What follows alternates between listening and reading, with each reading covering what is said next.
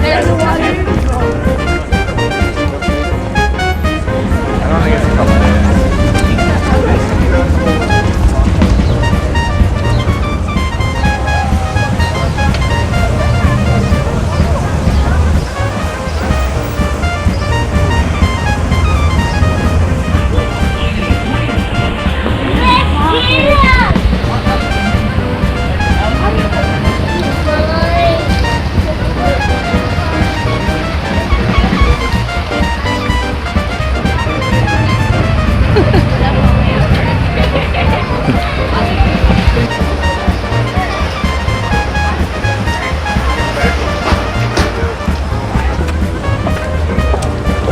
See, there's a window, it's hard to see. Get a rough idea though. On the boutique.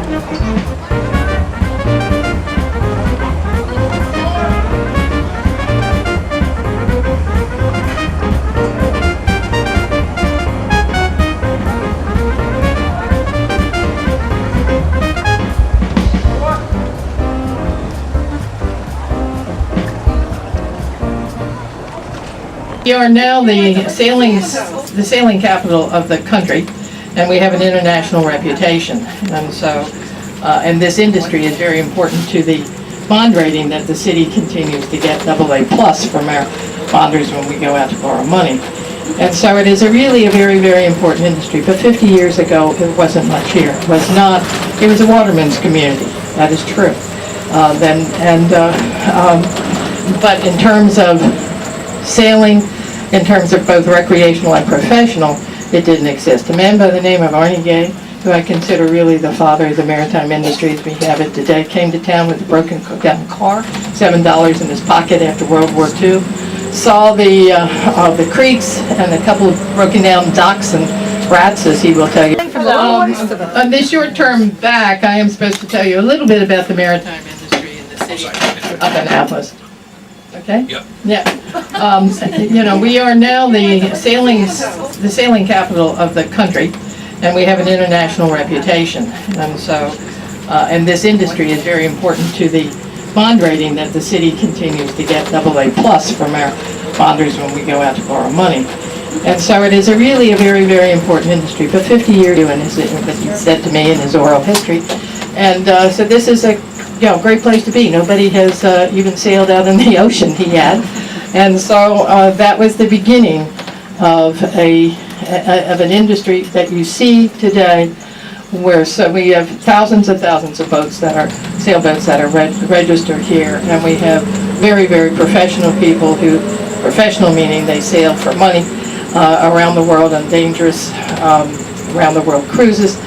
It's competition, as well as other competition, and as well as in the Olympic sports. Now, this community that we are going through was a waterman's.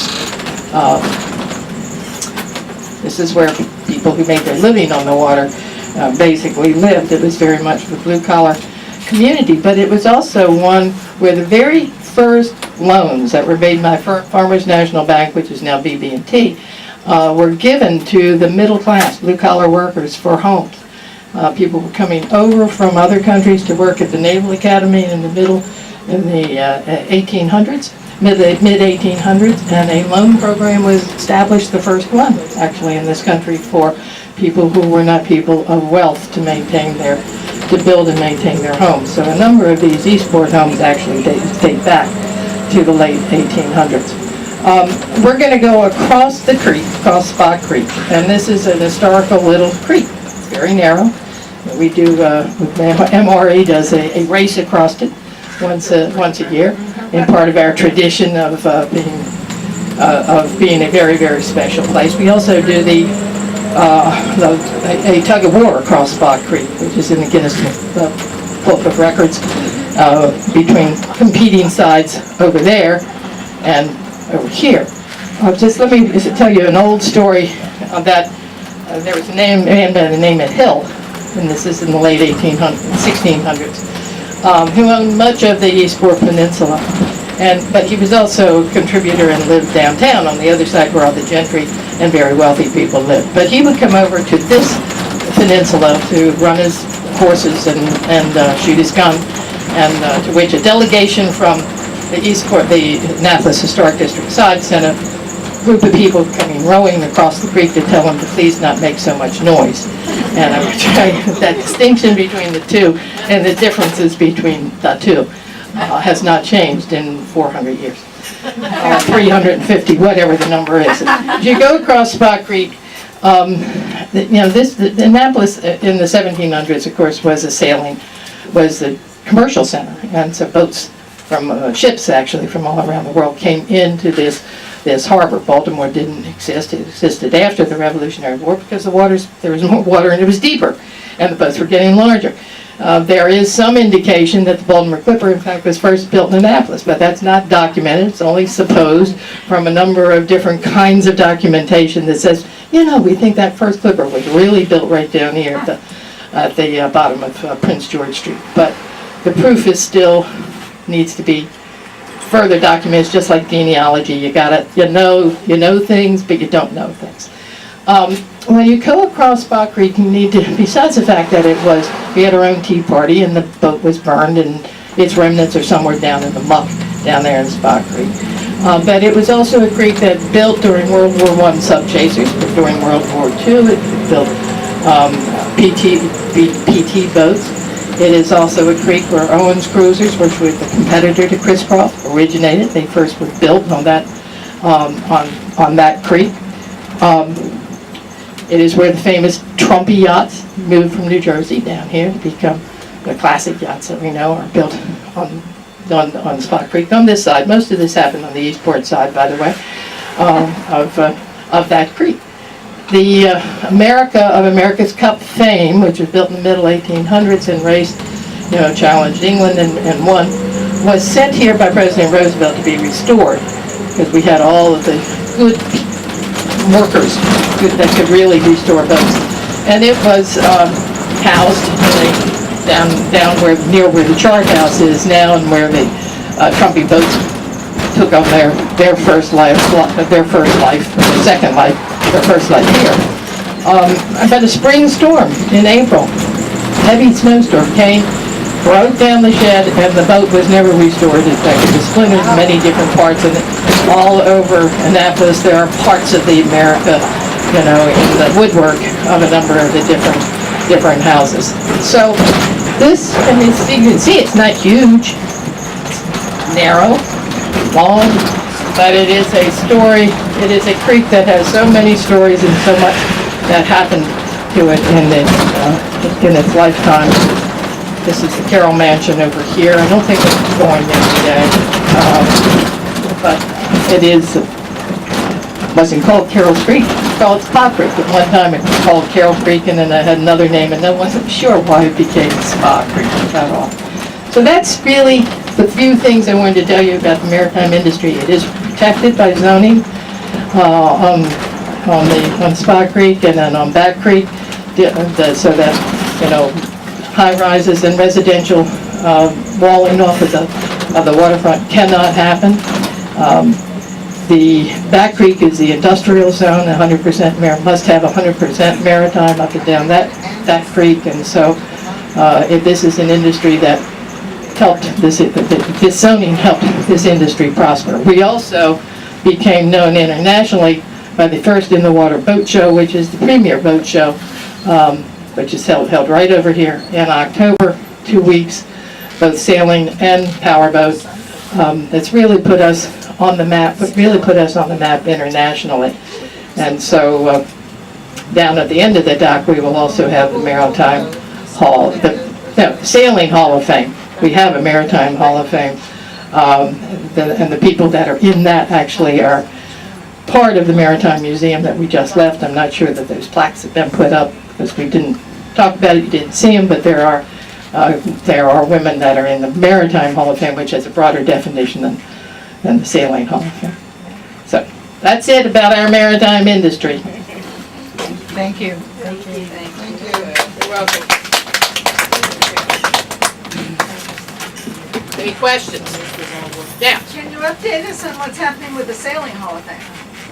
That sailing, yeah, sure. Sailing Hall of Fame is collecting their money. They've passed all of the things that they need to pass with both the zoning as with the state. Their plans are in, they're passed the historic muster, and so they're really raising their money. Wow. They and I don't know what their timeline is in terms of when they're going to start digging into the water. They have an approved architectural They do, design and they're yes. ready to go. Yeah. They have all their approvals. So now it's about, in this economy, it's about the money. It's always about It's always about the money, if you will, yeah. How many years has that process taken? 3, actually. You know, it could take certainly much longer, but it's moved, and you know, I think you know, people. Yes, there were some controversy relative to it. Be sure that the architecture fit in with the architecture of the city as a whole. And it's innovative, but it does, and it'll provide all the kinds of, you know, up-to-date technology that younger people know how to do really well, and some of the rest of us quite don't know how well. And just by the way, you know, they were talking about, you know, the burning of the socks, which has been this is probably a 40-year tradition now. You know, you burn your socks and then you don't wear socks until November when you can put them back on. That is the tradition, and so you'll see people, you know, the lawyers and everybody else in Annapolis much more casually dressed than in Baltimore County or other places, and you know, with their boat shoes and those socks. I did not happen to be here for the burning of the socks. I was in New York at Lake Placid at the foot of a ski resort. But they had a little fire going, and I have to tell you, I burned my socks. Symbolically. I wouldn't have a wedding today.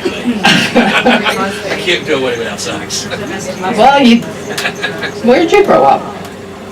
Baltimore, but I lived in Baltimore. Eastport for 20 years, so come on. Yeah, it didn't rub off. Eastport for 20 years. I can do a wedding this afternoon. I wear my boat shoes though. Oh, you got your boat shoes. I'll let you know, the Maryland State Teachers Association, under your say something, it's right there.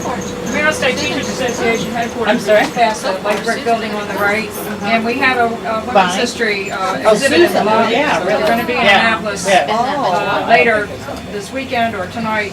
Walk by there. You couldn't get in tonight, but we'd be happy to share that information. You may notice outside of the MSTA and up Francis Street, there are the flags for Read Across Maryland, which you know, we help to support and to initiate, and there are flags that are on the flagpole of each school, also within the city. That started with the, you know, kickoff of Dr. Seuss Day. We do in the city fly different flags when the legislature is in session. The Maryland flag is up when the Navy football games are on. The Navy N flag flies. 4th of July it's the American flag, and different times it's the city flag. All official flags of the city.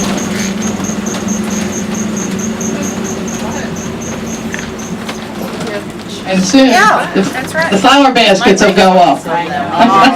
So come back and see downtown in bloom.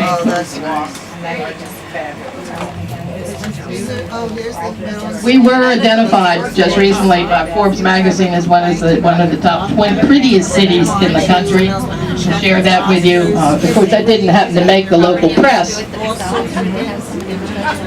We were also identified by American Style magazine as one of the top 25 cities for the arts. That did not make the Annapolis press What is it either. with the Annapolis? What is it with the Annapolis? So you have to ask, Mr. Markort. Pretty soon you won't be buying with there won't be any paper tonight, there won't be there. Most small towns, we are a small town by definition in terms of population. We're very cosmopolitan in terms of visitor population. When you get awards and honors like that that are national, you know, they would feature at that in some sort of a headline. Because I want to take. Yes, thank you. It was fantastic. Yeah, we're coming back. I'll get you about 2 so you can leave your stuff on the line. Oh, you know what? Oh, one little packet is in there. You can leave it on there. Oh, okay. I put it on there.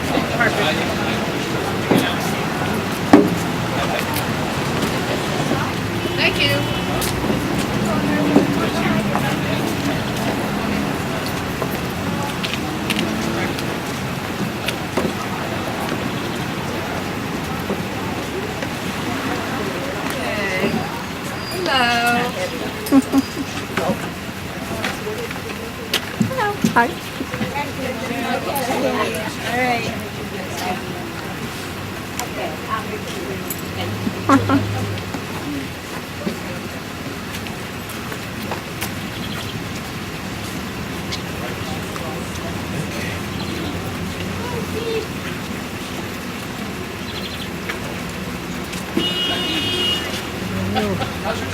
Oh, no, don't. Excuse us. Yes.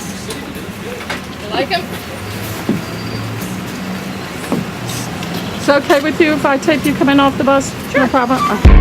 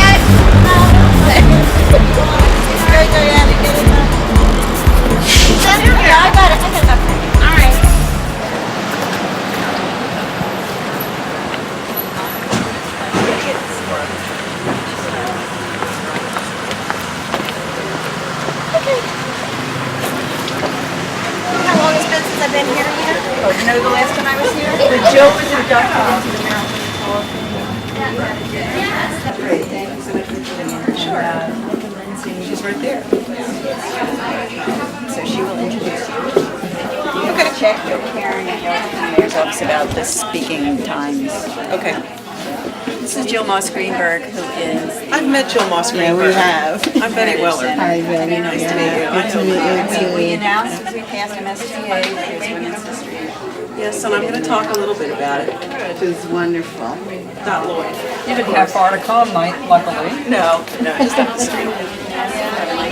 So, I'm coming over here. Can you stay for lunch? Sure.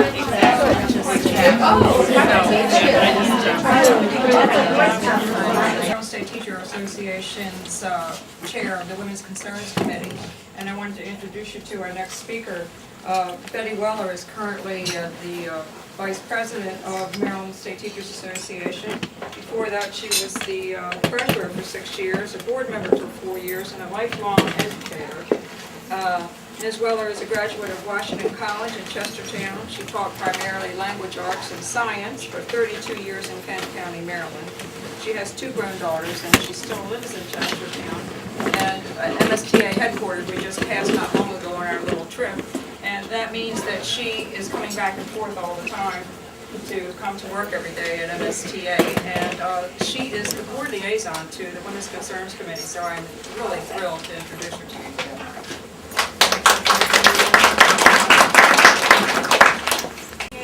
Nobody told me how long I had to speak, so I declare Floyd. For many years, educators have primarily been women, and isn't it interesting that women weren't celebrated? Without education, there would be no other jobs.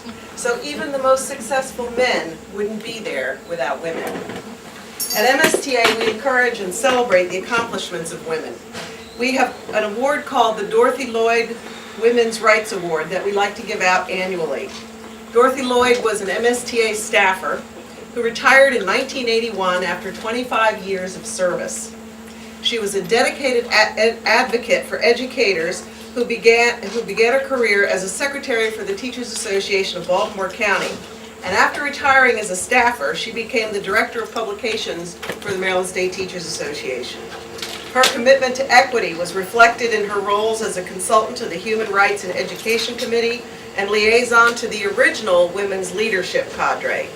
Dorothy served as a role model for many MSTA women activists and as a mentor for entry-level MSTA women staffers. Our Women's Concerns Committee still pays tribute to Dorothy Lloyd today with this award, and we're proud to have many of our leadership positions at MSTA filled by women. Quickly, I want to share one more thing.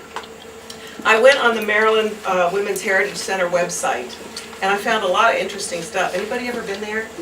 There's great information about women. Did you know that the first woman candidate for president was Victoria Woodhull, a member of the Equal Rights Party, who ran in 1872? Did you know that internationally there are 13 elected heads of state who are women? And in the United States there are 8 women governors and 10 women lieutenant governors. It's taken us a long time to get there, and while progress has been made, there's still lots of room for improvement. So you young ladies down there, take heed. I also found an article about an unsung heroine named Mildred Morris. It caught my eye because she's from the Eastern Shore, which is where I live. I'd never heard of her. Turns out she was Margaret Collins's grandmother, but to Margaret, she was a hero. Why? This is a quote from Margaret's article. She may never have done anything to make headlines in a newspaper, but she was a devoted and selfless woman who raised her family with love and encouragement, and she set an example for all of us to live by. The basic values she passed on to all of us will never go out of style. We all know a woman like that, don't we? Have a wonderful tour, a fabulous day, and thank you for letting me share lunch with you.